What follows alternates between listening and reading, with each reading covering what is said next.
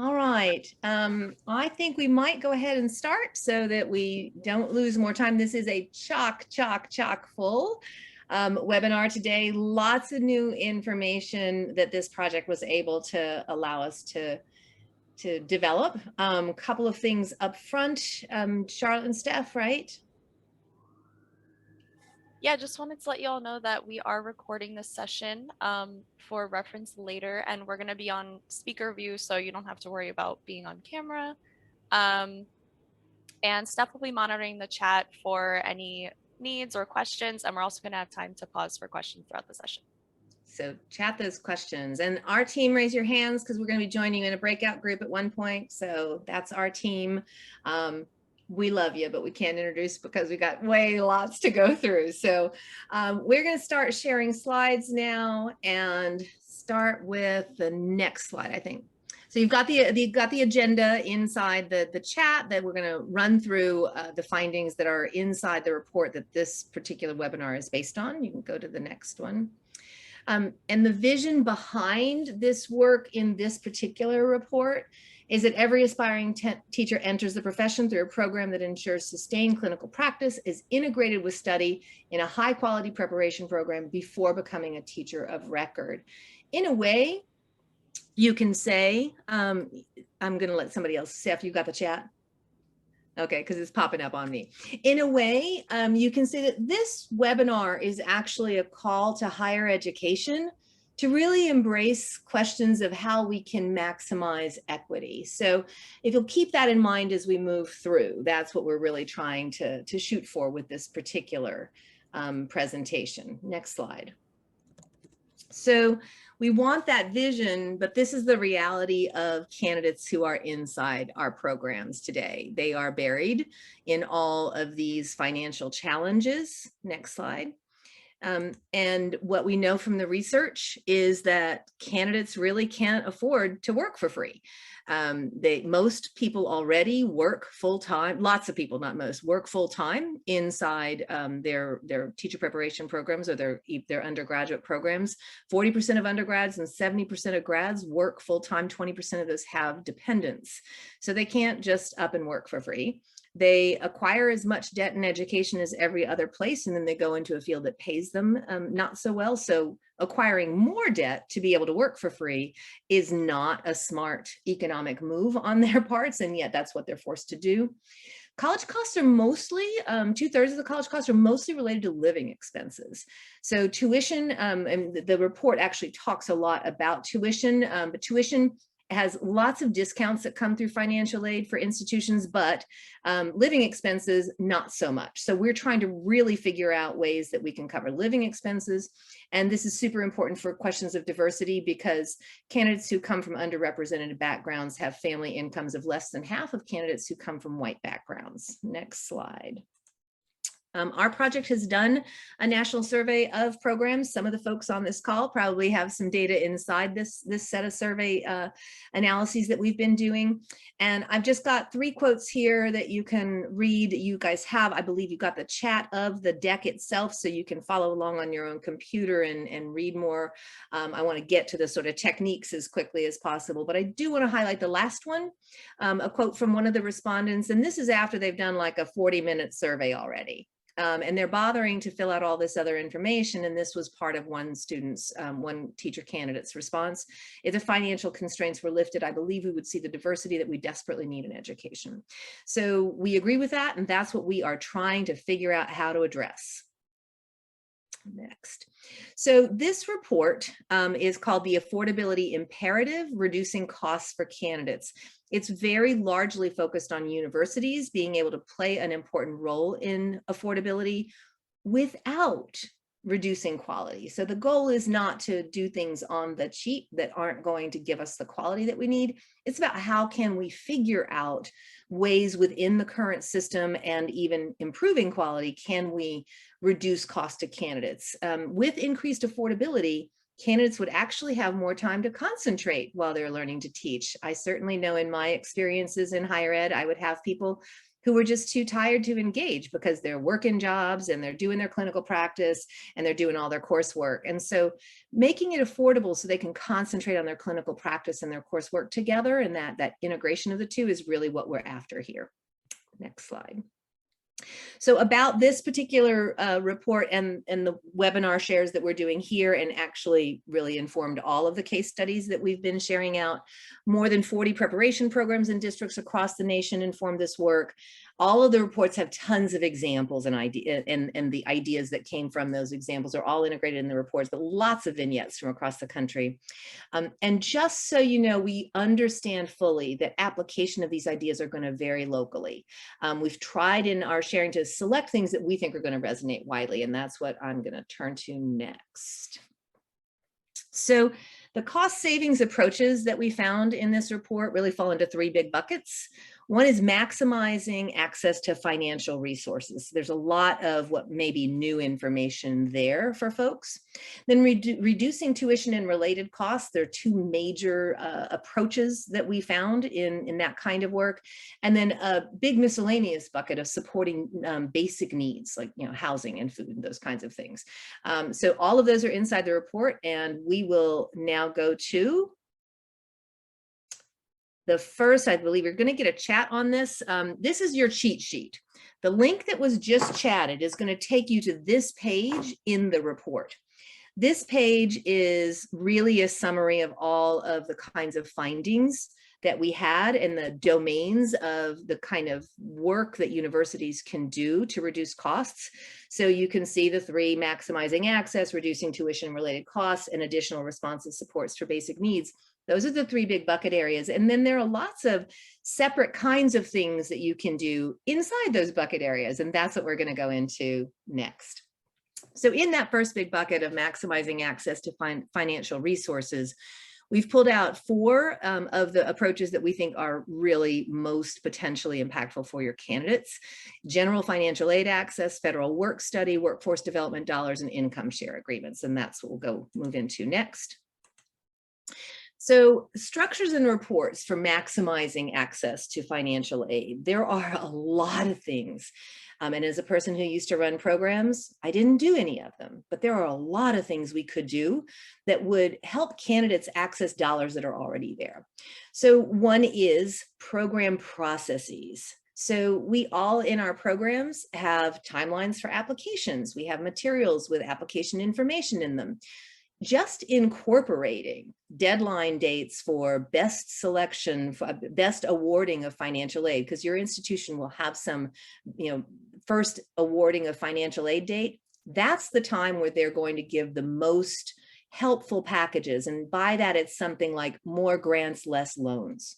So having all of your programs aligned to what your program, what your universities, or if you have a university or college, what their application deadlines are for the first submission, the first application deadlines for submitting your financial aid information, so that they can get into the first awarding of financial aid. That's super, super important. So figuring out how to communicate that in your program, putting it on information, putting it on your website, sending it out an email blast, whatever it is that you do. Second is really around financial aid literacy. So people who know how to work the system, they get more access to financial aid. People who are first generation students often don't get that kind of access to financial aid. So figuring out how to bring financial aid literacy into your programs, it's really effective. Candidates really appreciate it. And while it sometimes does, like in the case of ASU, they have a coach, a financial coach. It does require a role. Their program is big enough that that role ends up supporting people and being able to enter and stay inside their programs. So that kind of work it's all deadlines is the first piece. If you miss a deadline, you're not going to get the money, and that's deadlines both for your universities financial aid information, and for various scholarships. Work study information, we're going to cover that in a bit, but in particular, candidates really need to understand that work study dollars do not count against them as income when they're applying for financial aid. That's super important for those who are at the lowest end of the financial spectrum. And then information and dissemination and websites, being sure that your website and the ways that you share information with students about what's going on in financial aid, those need to be super clear that you care a lot about affordability, and that people can access it easily.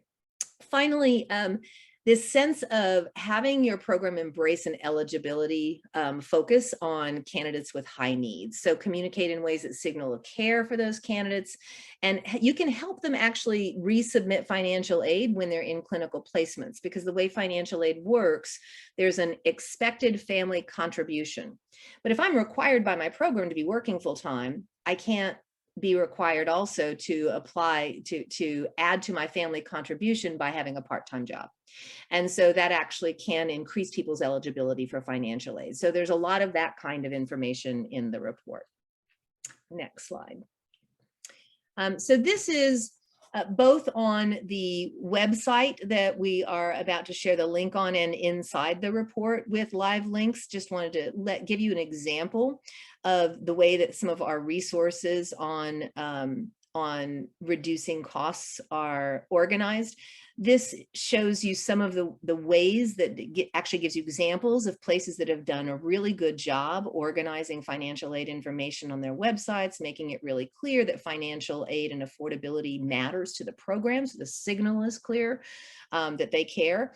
And then you can go click and you can work with your web designers to see how you might be able to redesign your own site if you'd like. If you have some, your site is really great and you want to suggest you nominate yourself, please do.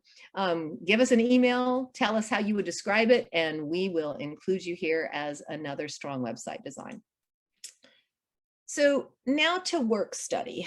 In work study, it's pretty complicated to shift a work study system. It's not so hard to get one thing happening in work study, but we're actually trying to make the system work for a much broader number of people. And so you need to figure out some ways in which you can understand what your financial aid office is facing. Financial aid is super complex. Your financial aid officers have good reason for caution. So the question is, how do we move through the caution to the side of reimagining? And that's really the first set of work to do. Building relationships with the financial aid team is super important. It's not going to happen if you don't have those relationships, because they've got a lot of things pulling at them. They're always understaffed. And finally, if you can't find an easy win, think long-term. Think about something like a college committee on financial aid for accessibility or something like that. So think long-term if you can't find some easy wins. And I'll go through some easy win potentials as we keep moving. Charlotte, can you click that is your institution underspending link as it gets shared, and I'll talk you through. So poor Charlotte is saying, wait a minute, you didn't tell me we were going to do this. And I'll talk you through what this particular I got this. All right, you got this. So is your institution underspending? Every institution, almost every institution in the country gets financial aid work study dollars through federal sources. And you can find out how much your institution gets, scroll all the way down, how much your institution gets and whether they spend it all by going to the click we just gave you, and then campus-based programs at the bottom. Okay, click that, go to the AY 1819. This is a spreadsheet of every institution in the United States, so you no longer have to be out of the loop. And in that spreadsheet, you can search for your institution and you can find your institution. And I know she's got there we go. You can find your institution, and we don't need the office wizard. And so the institution is in column B. And so if we look at Alabama Agricultural and Mechanical University and scroll over, so columns F through J are irrelevant to work study, but K is relevant. So that school gets $543,000 and they dispersed 419 if you scroll over just a little bit more. I think. Okay, so you can figure out how much was unspent in that institution by subtracting 419 from 543. So you've got a good chunk of money that you all could help them spend and your candidates could benefit from. Now, if you take a look down to a place like,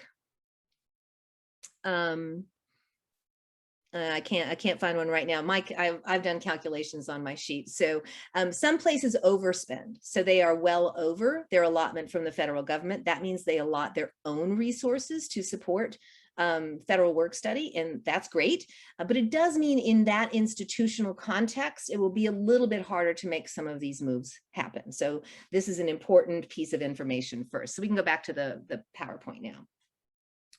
So now that you're armed with some information about whether your institution overspends or underspends, overspending is good because it means they care a lot about helping students. Underspending is good because it means that you've got some money you can help them spend. Now you want to figure out how to get creative. And I just want to really share, and we can talk about these when you've got some questions. I want to share some pieces. Conventional wisdom is not your friend here. Lots of things we think about financial aid just aren't true. Off-campus work is covered, always has been. We just haven't done it. Jobs can be paid at market pay rates, not just minimum wage. We just haven't done it. Graduate students can qualify for work study, but a lot of programs don't do that. Universities don't do that. Federal regulations do not strictly limit the number of hours per week, so you can work more than 10 or 20 hours per week, but we just don't do that. And work study can pay for clinical or field experiences associated with degrees. We just haven't done it. So conventional wisdom is not our friend. We need to really think outside the box as we're thinking about redesigning our work study work. Next slide. So if you redesign your work study work, there are at least, not at the individual student level, but at least 3 giant potential benefits here. One is to the individual students. So shifting to off-campus work study can stretch your institution's financial aid budget in 2 potential ways. So first, an off-campus site often agrees to pick up the 25% of required federal match.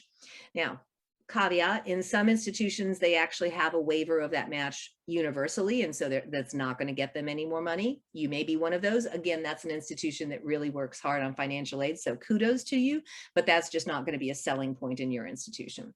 But if off-campus sites will pick up the 25% match, let's say I want a $20 an hour tutor or resident. I want a $20 an hour tutor or resident, then I'm just going to be paying $5 for that candidate, and the rest is going to be paid by federal dollars. So that $5 that they're paying per hour as the off-campus site used to be picked up on campus by the campus. So that's potentially a cost saving for the university, and they can reallocate those federal work study dollars then. Second is that some positions like tutoring, and so that obviously means a lot to us in education, are reimbursed at 100%. There's a lot of little small regulations on that, but that's just a really big potential area to figure out how to get the 100% pay from the federal government instead of the 75% pay from the federal government. Third, the second big piece, and this is, in terms of equity, probably the single most important point to my mind. Undergraduate work study students yield future financial benefits if they do work study. So lots of times undergraduate students don't use their work study allotments because, we're trying to pay them $5 an hour and they need more money than that. And so they don't get what is a huge benefit. Your work study earnings do not count as income for financial aid purposes. So if I have a robust financial aid work study experience throughout my 4 years, then I am potentially going to maximize my future Pell eligibility because those earnings are not counted against me as income. So super important for your programs and your institutions, if you have Pell eligible, near Pell eligible students, to figure out how to be sure they've got lots of hours of their clinical practice being designed as actual work study positions where they're doubling up on clinical practice and field experiences and their work study. And then finally, oops, one more. If you are an institution that does a lot of community-based study work, and there are some guidelines of 7% or something like that, the last time I looked, you are eligible to apply for underspent funds. And underspent funds are somewhere between 75 million and $1.5 million, I'm sorry, 75,000 and $1.5 million each year. So there's a pot of money there. And those dollars you get to use either for summer, which is really nice for those of us who have summer programs, either for summer work study, or you can even flow them over into the next year. So you're building your work study dollars by being eligible to apply for those unspent funds that other institutions aren't using. Next. So this is a comprehensive design example. Oops, we didn't get the tiny CCs in here for you, but I think they're going to be chatted. We'll get them in and we'll send the deck with these links in them a little bit later. Resend the deck. So this is an example of what a program might do at an undergraduate level to maximize candidates' access to positions off campus that link to their clinical practice. So in the freshman year, they could be a math or reading tutor. Again, those can be potentially 100% paid. A classroom assistant, after school programming. Most schools or community centers could support those positions without too much oversight from the program, given that it's a freshman and a sophomore year. Small group instruction, you might start to want to have a tighter connection with the institutions, but most places already have people doing small group instruction in schools all over the place. So those probably don't need really tight coordination. Junior and senior year, though, you probably need some deeper partnerships for more instructionally sensitive work. So obviously they could still do all the prior activities, but they also could start doing things like observation of student behaviors, assessment supports, lesson planning, and activity supports. As you can see, these start going into the kind of clinical practice we usually think of as student teaching, and certainly teaching assistant roles as in student teacher, including co-planning, implementing, and assessing instruction. So residents and student teachers, they all can be in those kinds of roles, but they do need deep partnerships. Next. Oops, go back once. I've got two links on this slide, but they're not linked, but you're getting the links in the chat. We are sending the federal handbook with a specific link to the page that has the sample off-campus contract, because that's really nice to have handy. And then also we've got a guide that it's pretty in-depth about some of the things that you need to think about as you're trying to reimagine your federal work study programs. Next slide. Third access to existing dollars is called Workforce Innovation Opportunity Act. This is a federal set of money that comes to every state, and it's a lot of money. So, you know, something like in the billions. They have almost $1 billion in unspent funds every year. Compare that to teach grants, which are $100 million a year. So this is a really big pot of money. And every state has to have a WIOA board that responds to local workforce needs. Historically, education has not been part of workforce development in states because that's something that districts and preparation programs did. So we are now trying to support partnerships in getting WIOA dollars for their candidates, and it works. So this is a real thing that works. We've got a case on that in the report. Every state does have different rules or processes, so we can't sort of say, here's the 6 steps you need to take. You actually need to take the 6 or 60 steps that your particular state has designed. But you will need to apply for your program as a program that meets local workforce needs. It's pretty clear that aspiring teachers in teacher shortage areas, either geographic or certification areas, would be approved in most instances. They'd have to like really be just fighting you because they want to not approve you. And some boards might also be willing to consider the need for teachers from underrepresented backgrounds as a shortage area. So be creative as you begin those conversations with them. In terms of what happens with this, each program applies to be qualified as a WIOA training provider, and then candidates apply for money for your program. The money goes directly to the candidates. It's very often in most states a no payback loan. I'm sorry, a no payback grant. Plus they often give living expenses or travel expenses, book fees, all of those kinds of things. And they get some counseling also on how to think about their profession. So it's kind of nice for people to sort of have this sort of cohort of folks that they are thinking about what professionalism looks like. And the chart over on the right of your screen shows the states and where it's underspent. So only North Carolina spent 100% of its dollars in 6/30/20 as of the last financial fiscal year. They typically spend all of their dollars, and places on the bottom typically don't spend all of their dollars. So we've given you a link so you can see your state, since that's really, really small type.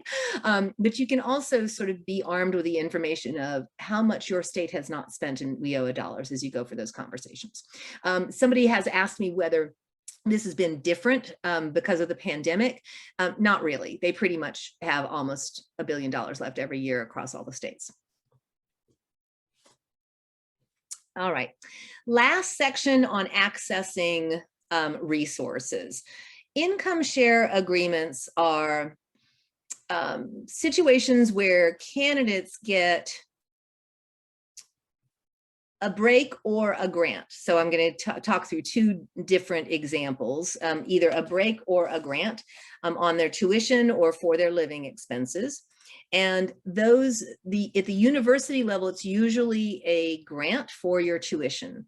Funds are raised, so this is a fundraising effort. Funds are raised for particular target populations in universities, like we want to cover, and we want to be sure any undergraduate can afford our tuition. And so there's this fund that they can apply to for that. Or we want to bring in more male candidates of color. And so we've got a fund for that. So they're particularly focused in their fundraising, and because it's private dollars, you can do that. And then needs-based eligible students receive tuition discounts up to the program's specified amount. That varies depending on, of course, what your tuition, et cetera, is. And then on graduation, they pay back a portion of their salaries for a set time, usually 1% to 3% of their salary, usually for about 10 years, sometimes with a total cap. So like if I happen to, suddenly make a lot of money, at some point, I don't have to pay back more, even though the 10 years hasn't gone back. Sometimes it hasn't passed. Sometimes that total cap is part of the agreement. These vary across the country. We've got some good links on learning more about income share agreements and some samples from institutions that have done that. District-based income share agreements look a little different.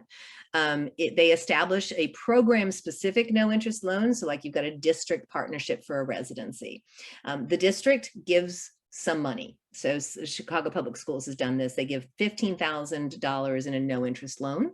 And then at the end of the residency, once they're teachers, they then take a fixed amount out of the salary month by month over the course of the year. So in their case, it's $5,000, and that comes out and that replenishes the pot.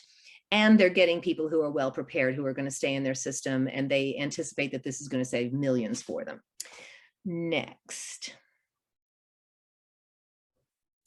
All right, so now we're going to go into breakout rooms.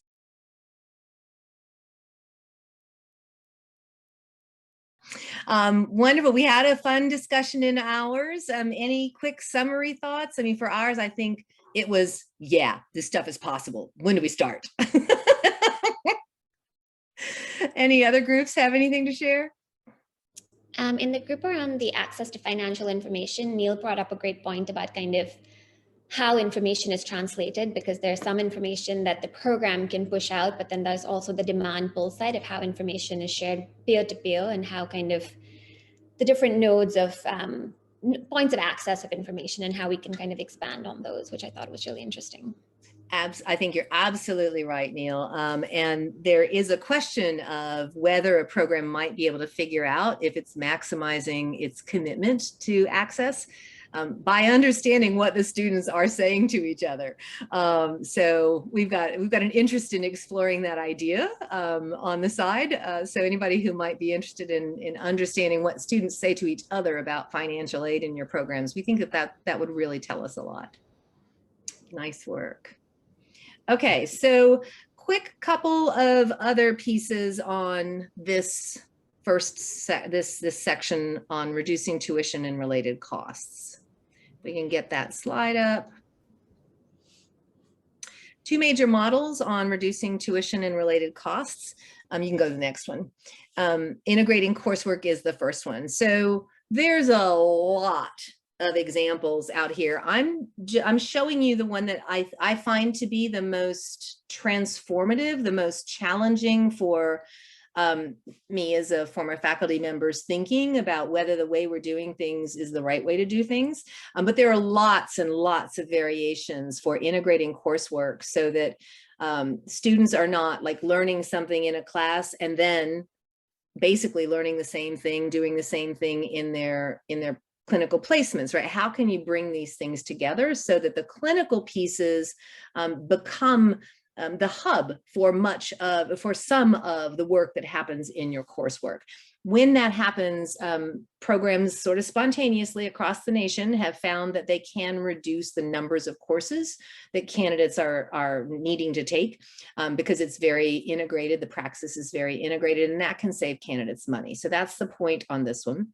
This is whoops, go back to that one. I want to talk through it a little bit. This is the Fresno State model that happened in in Sanger district. And in that district, they had an unpaid full year residency that everyone loved, candidates too.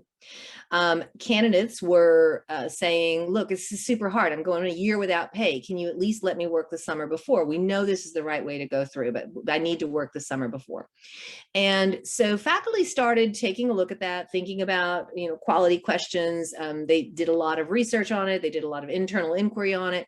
And they decided to try out a new model because the district was way game to have their residents come in without having the summer work. They had not found in their particular context that the summer work offered enough rich clinical work for students.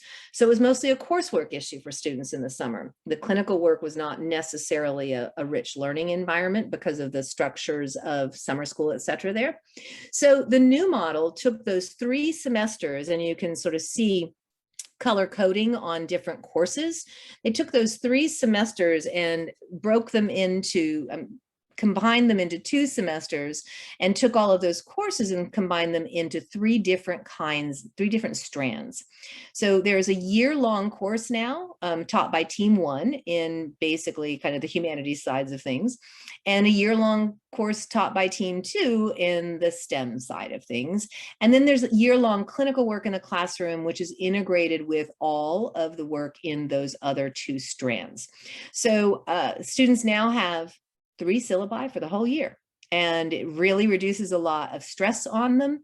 And because they saved that summer semester, they both can work and they save $4,000 in tuition.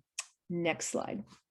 Second model for reducing tuition costs is something that can happen either at the university level or at the district level. So University of Denver, but they're always, as we have found them, in partnership with each other.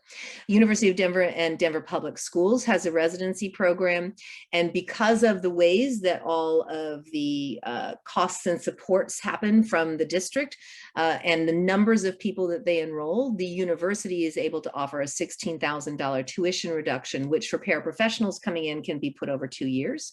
And the cohorts, make sure that they've got strong numbers, and DPS supports the development of those cohorts. In Chicago Public Schools, they have tuition reduction agreements with all sorts of institutions across the city, and current teachers can pursue supplemental certification at up to 50% off. And the way that those generally work is the more students who are enrolled in a cohort, the higher your tuition reduction rate is. And that's all published on websites. So this isn't some sort of secret backroom things. These are things that institutions are actually doing. All right, so quick pause for questions before you move into another aspect of the work that we did in this, which is trying to help programs understand their actual costs. So we can unscreen share.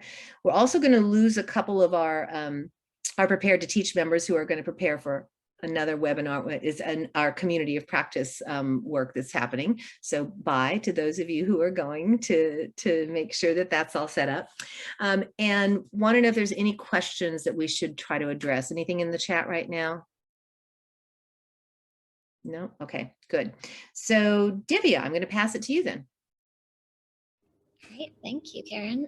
So before I share screen, just a little bit of overview about the tool that we're about to share. As Karen just shared all these different ideas of programmatic shifts and budgetary implications on the higher education side can be pretty complex, and very often the information exists in separate offices and separate systems, and so it's very difficult, we've understood, to really understand the implications of making shifts and where there can be potential cost savings and kind of reallocation and looking at different staff structures.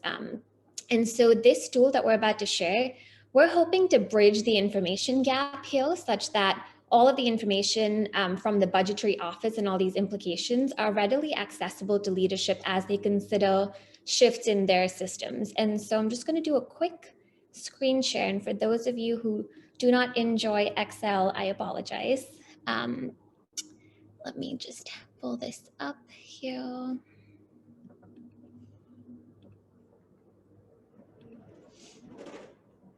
All right. So the tool is designed such that there are two distinct users in mind. One is an admin user. So imagine somebody in your budgetary office that has all of the different information to do with kind of number of credits, student enrollment, program requirements, tuition, all these different pieces that are going to have implications on any decisions that are made. So part one would be for this admin individual to go in and kind of fill out all these details. It's pretty comprehensive, it is intensive, but once all the information is in the back end, so the purple tabs are the back end information pieces, the green tabs are intended for the leadership user. So once all the information is plugged into the back end, a leadership individual can go in and then kind of explore and plug and play with kind of scenarios of, okay, if we reduce this cost, what are the budgetary implications? How many students would we need to be able to meet our tuition requirements if we're cutting a course or adding a reduction on kind of the number of courses? And so this is intended for the leadership user to be able to do projections, and you can use this calculator for 1 year at a time, or you can project out to 5 years to kind of see how things shift over time. We do understand that this is a pretty intensive process, but we are hoping that once the information is entered into the back end, the actual projections will be useful in kind of these broader leadership conversations to be able to actually open up ideas to consider shifts that might not have been accessible because the information has existed in so many different places. I know that we don't have so much time to kind of go into the specifics of each of these input areas, but we will be sharing some times that we will have open office hours in coming months where you can kind of join us with your budgetary person or program person, so we can kind of walk through how this tool can be applicable for your local circumstances. As a part of this, we also knew that not everybody would have the time and commitment to go through something like this. So we have pulled out a few pieces for kind of more back of the envelope calculations. We're calling those our mini calculators, and I'm going to pass to Gretchen to walk you through our mini calculators. Hi everybody, so I'm going to screen share the mini calculators page, and this is not an Excel tool. This is online and you can find it, I believe that it's been chatted in the chat, and also it's available on our resources page. So this is a little bit simpler than the tool that Divya just shared, but it's connected and you can get all of the same information in the larger, more comprehensive tool. But the way that the mini calculators work is you can go onto this page, which is hosted on a website called Grid, and enter different numbers into these text boxes for different calculators, like mini calculators. So program cost to student, sections needed per year, faculty FTE needed to teach sections. These are just small pieces of information that might be helpful and useful while you're planning. And I will demo some of the cooler things that it does. So some of these are pretty basic calculations, and then you can also get something like this. So program percentage of total. So if you have maybe 4 or 5 different programs that you offer for teacher preparation, we've got a couple preloaded here, and then let's add secondary math. You can type that in and you can see that those are actually going to populate down here. Then we can go through and add however many students are currently enrolled in each of these programs. And you can see that this graph is actually populating with percentages so that you can either adjust to see what would be possible if you had larger enrollment, what your percentages would look like in that case, or you can just grab this again as a screenshot and use it for a presentation or just a tool to share with your faculty if you are interested in getting some information around to people about what that looks like. It's just a really nice, clean way of getting information out. It also has like a chart. So if you're interested in seeing kind of the numbers alongside the percentages in the programs, that's available too. And obviously this tool is super easy to play with. So if you want to up the enrollment in one case and then bring it down in the other, you're able to do that if you're kind of thinking about hypotheticals. And same with any of these calculators. So when you populate these boxes, you're going to get answers here that then you can continue to adjust and play with based on what you're planning. So for example, the resident mentor stipend budget, if you have, let's say 15 residents and 15 mentors, 1-to-1, stipend amount is 20,000 and mentors are getting 5,000. You're looking at a total budget of 375,000. So this is just a place for you all to kind of play and explore if you're looking at some of the more kind of small bite-sized pieces of that program cost tool that Divya mentioned. So this might be helpful for looking at before you actually jump into that conversation with a budget person. There's also instructions here about how to download the file and also save it as a PDF so that you can hang on to those numbers if you find them helpful. But overall, we recommend that you just spend some time on this playing, and if you have questions, you can reach out to Divya or anybody on our team and we can try to answer those for you. And I will pass it back over to Karen.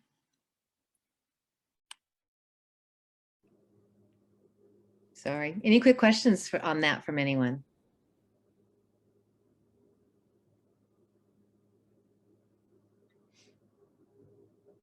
All right, so if you can screen share to additional kinds of support. So we probably didn't even find a way to talk about all of the one-off pieces that that universities have focused on to support their candidates and make their programs more affordable. But these were ones that seemed to resonate and to be really important focal points for universities who understood their candidates' financial needs. So I'm going to go over those. First is going to open educational resources. So the good news here is, as my colleague Chris and I sort of explored, a couple of years ago, students were spending about $1,500 a year on textbooks. But with the proliferation of open educational resources, I think it's down now to 750. Is that what we discovered? I should have looked that number up, so I didn't know I was going to share this in the session. But now they're not spending as much, about half of that now they're spending on textbooks. So that's great. So what are open educational resources? Open educational resources are documents that exist that you can just download and use.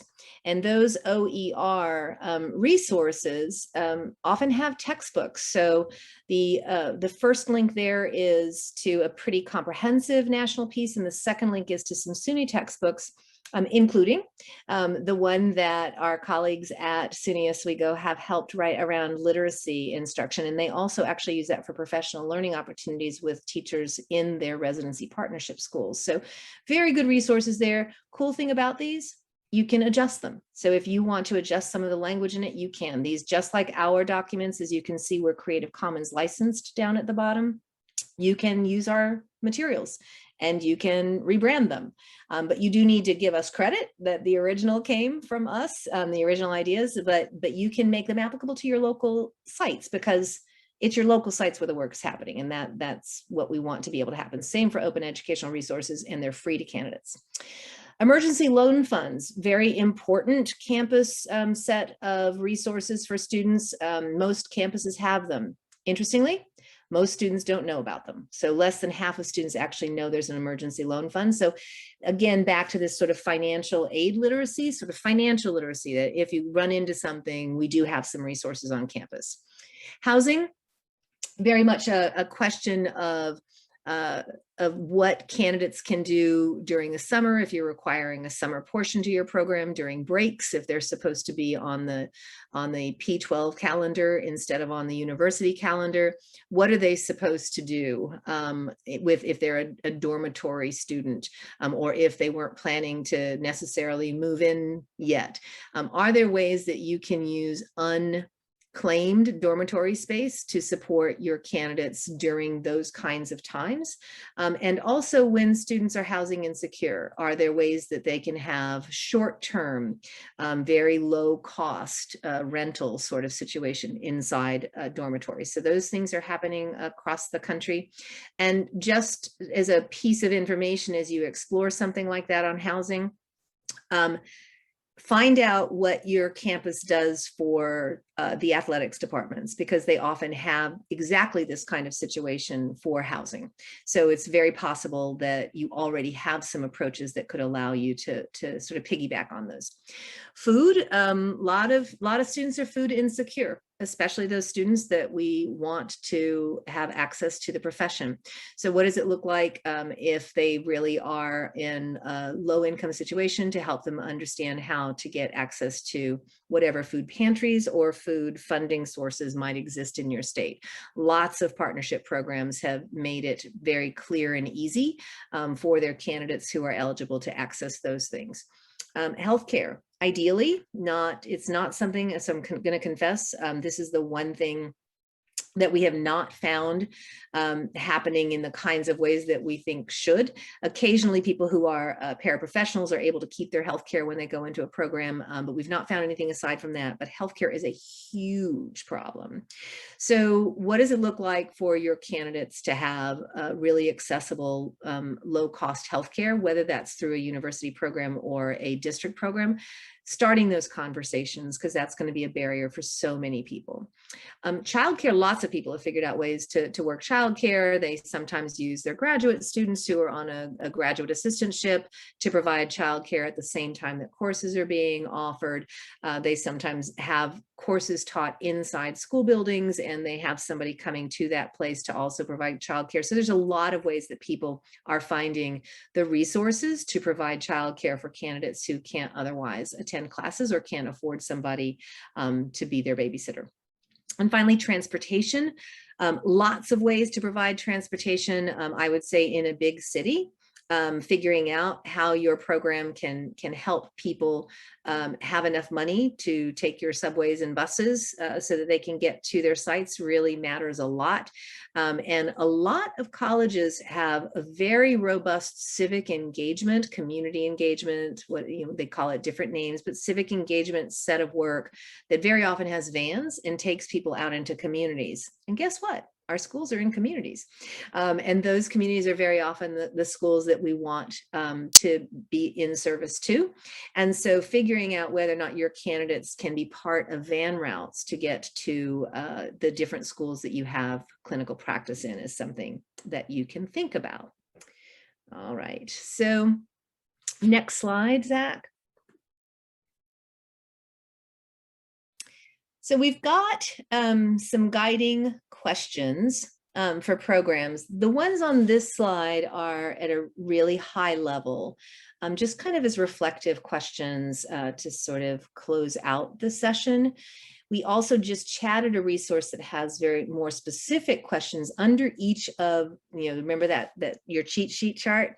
Under each of those cheat sheet chart domains, we've got some specific questions that might help generate some productive discussion locally. But basically, you just want your financial approach to be easy to understand and navigate, designed to maximize benefits to those with the most need, not with those necessarily with the most information. Integrated into possible funding streams for candidates, so these new kinds of funding streams, and minimizing strapping debt.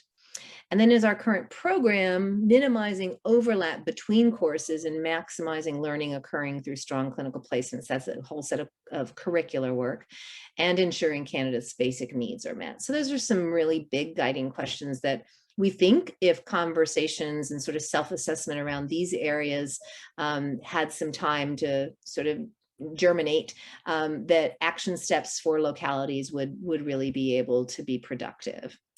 And I think we're going to go ahead and go to the last slide and go to questions and thoughts next, so we don't go back and forth in slides. So one more slide. There we go. There's one more webinar in this series, and that webinar is on Friday, and it is targeted more towards districts reinvesting their dollars to increase instructional capacity through residency programs. And then we have these two. So as you can tell, I was on meetings all day today before this event, and so sorry we didn't get the two fixes on the highlighted materials here. So those are materials for the last webinar. So we'll get you the links again inside a resend of this document that has the program cost tool and mini calculators. Oh, did we fix this? We chatted out the program cost tool and as well as all of these pieces. If we need to adjust this, we will, and we'll take the blinding yellow off of that. And so that will be sent back out to everybody who is registered for the webinar. And there was a question that I know got answered, and this webinar was recorded. And so we will also have a recording available for people to watch if that's helpful. All right. Thank you all for hanging to the end. And please be sure to give us any feedback that you have, and we will put on our development list this idea of a series for financial aid folks to come into conversation with programs. So great. Excellent, people. Have a beautiful